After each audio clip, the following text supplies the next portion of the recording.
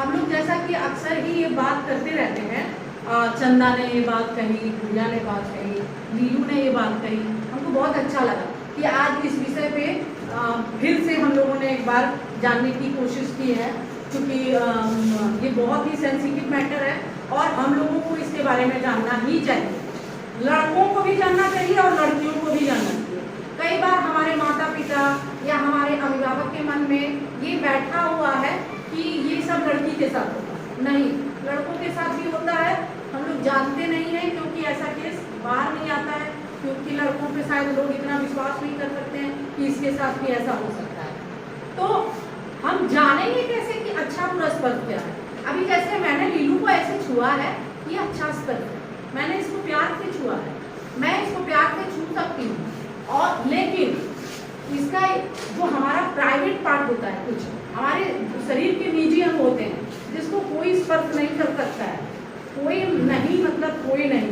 बच्चा जो है जब नहाता धोता है तो उसकी माँ, सिर्फ माँ, वो भी नहाने धोने के समय में या उसमें कभी ऐसा होता है कि डॉक्टर के पास ले जाना पड़ता है, डॉक्टर छू सकते हैं, लेकिन माता पिता की उपस्थिति में, बिना माता पिता के नहीं, अकेले में। तो ये जो होठ है, यहाँ पे चूमना, सीने पर हाथ लगाना, टांगों के बीच में यानी हमारे प्राइवेट पार्ट को छूना, या ये बैक पे, ये इस पे छूना, ये बहुत ही गलत है।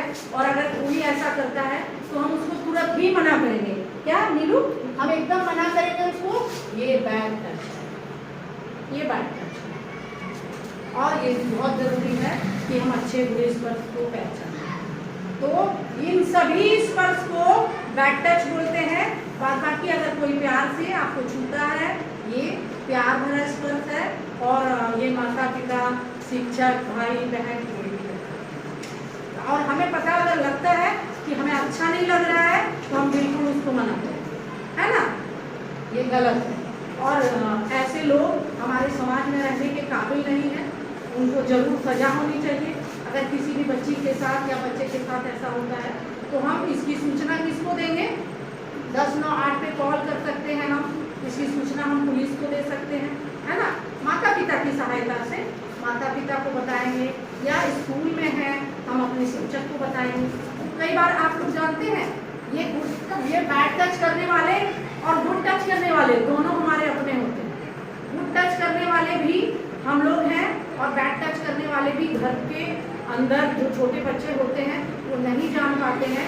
तो कई बार हमारे रिश्तेदार जो हमारे बहुत नज़दीकी होते हैं, पापा के दोस्त हो गए, या कभी कभी मौसा जी आए या मामा जी आए, अरे ये मामा है, चचेरे मामा है, या अब कोई भी, ये हम किसी का नाम लेके नहीं कह रहे कि ये रिश्तेदार होता ही है, नहीं, लेकिन ऐसा हो सकता है। तो कई बार क्या होता है, मम्मी को विश्वास नहीं होता है, या फिर इज्जत के नाम पे भी मम्मी मना करती है कि मैं बोली न करो। ऐसा भी हम लोग को कहा जाता है कि केकरो ने कही, मतलब लोग जान जाएगा तो शायद आपकी इज्जत चली जाएगी। बिल्कुल नहीं, आपने कोई गलती नहीं की है, जिसने किया है ये गलती उसकी है और उसको सजा मिलनी चाहिए। हम एक बार आप लोगों को कोमल फिल्म दिखाए थे, है ना, उसमें लड़का और लड़की दोनों के लिए दिखाया गया था। तो इस चीज़ को हमेशा याद रखिएगा, जो इसका शिकार होता है वो बच्चे बड़े मतलब संवेदनशील हो जाते हैं, ज़्यादा बात नहीं करते हैं किसी से, या गुस्सा करने लगते हैं, स्कूल आने से बचने लगते हैं, लोगों के पास नहीं जाना चाहते हैं, क्योंकि उनका भरोसा नहीं होता है किसी पे। उसको लगता है ये आदमी भी मेरे साथ वैसा करेगा। तो ऐसे बच्चों को बनने से बचाना है, हमें अच्छे बच्चे बनाना है। हम भी वो लोग बीमार हो जाते हैं, कई बार लोग गलत काम, जैसे बड़े हो जाते हैं तो सुसाइड तक कर लेते हैं। तो आजकल ये प्रवृत्ति बहुत ज़्यादा है, हमें ऐसे चीज़ों से भी बचना है। हम बिल्कुल जो किया है उसको सजा देंगे, हम खुद को क्यों सजा देंगे? जिसने किया है गलत वो है ना जी, है ना जी। तो कभी भी अगर किसी के साथ हो या हुआ है पहले और वो नहीं बताया है तो उस चीज़ के लिए अपने आप को दोषी न समझें, ठीक है ना। वो दोषी कौन होगा? जिसने किया। और हम इस चीज़ के लिए जो है अपने माता पिता, अपने